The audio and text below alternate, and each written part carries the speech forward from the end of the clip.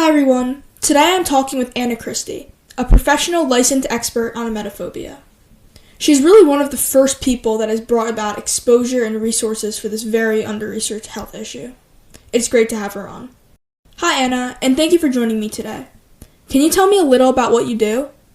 I was trained as a hospital chaplain and a therapist, and so in 2010 I left my career and got licensed as a psychotherapist. And since 2010, I've treated only people with emetophobia. And I have a podcast as well, you might be familiar with. And I've written one book with another psychologist on treating emetophobia, and then a self-help book's coming out in February. So can you tell me your personal experience with emetophobia? Sure. I had emetophobia from as long as I can remember. So I think maybe it started around the time my brother died, a couple weeks before I was 4 years old.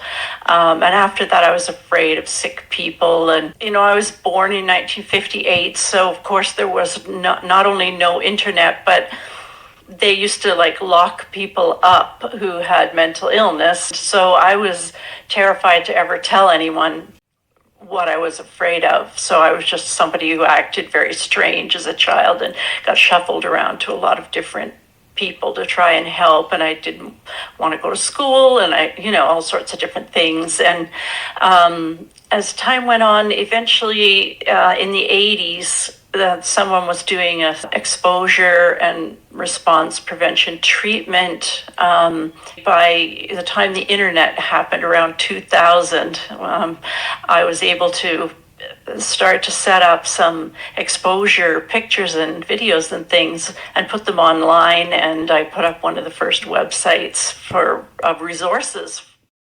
Wow, yeah, that's a pretty incredible journey, and to be able to help so many others is so great.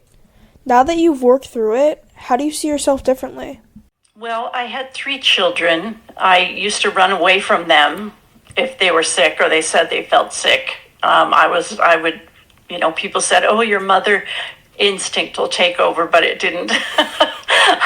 I wouldn't have left them alone, but I would run out of the room, and then they would throw up, and then I'd run back, and see how they were after, and make sure my husband got home from work really quickly to look after them.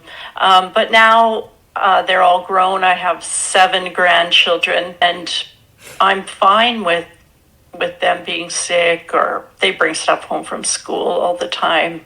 My life has changed so radically much, just so much, just not having to think about that every minute of every day.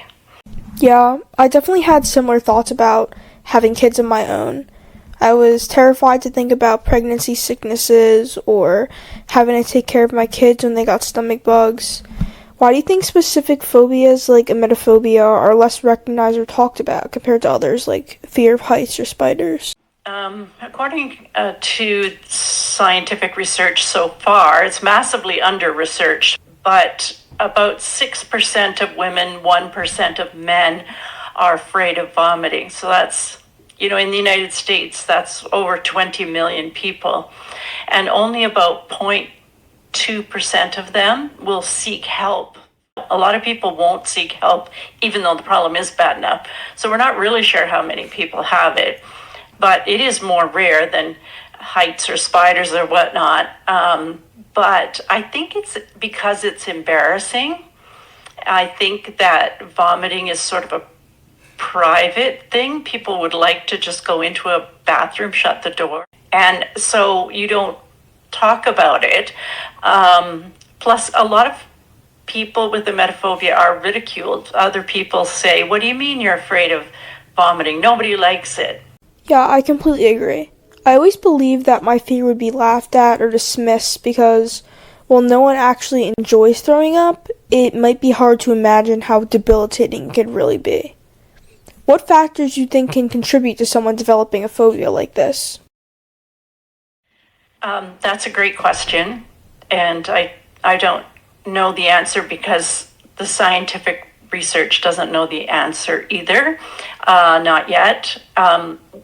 In my experience and from what I've seen, a few things have to contribute to it. One is sort of a genetic predisposition to having anxiety or depression. That's about half of it. The other half comes from some sort of experience in childhood, and it may have to do with vomiting, and it may not.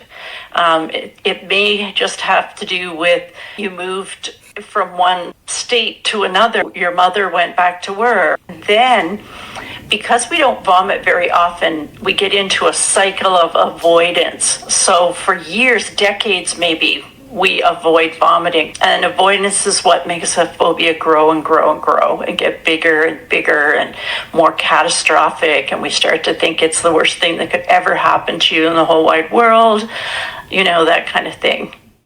Mm-hmm. It is difficult, as we know, to stop these avoidance behaviors once they get really bad. What advice would you give someone who's in the midst of their struggles?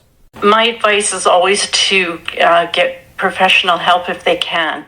That would be someone who practices cognitive behavioral therapy with exposure and response prevention, ERP, because that's the only evidence-based treatment so far for emetophobia. Resources on the internet are all free, pretty much all free. So there are ways to help, but avoiding what you're afraid of and trying to just have all kinds of safety behaviors so you never vomit, that's just never going to help you in the long run. Can I just ask you, have you have emetophobia yourself? Yeah. And have you been able to get some recovery journey? Yeah, I didn't do any exposure therapy or anything, but I had a therapist back in the summer of 8th grade. I believe that the advice that she gave me on non-avoidance was the biggest help towards my recovery. I would start doing activities that I used to be afraid of and force myself to not avoid. And then over time, it started going away. Things wouldn't be as scary because I would realize, I went there yesterday and it wasn't that bad. Or I did this last week and it turned out okay. So I think taking those small steps really helped me in the long run. Yeah, that's really what exposure therapy is, starting small with what you can handle and working up. So, well, good for you. And for my audience, let's remember, every step forward, no matter how small, is still a step forward. And that one extra step can change everything. Thank you for listening.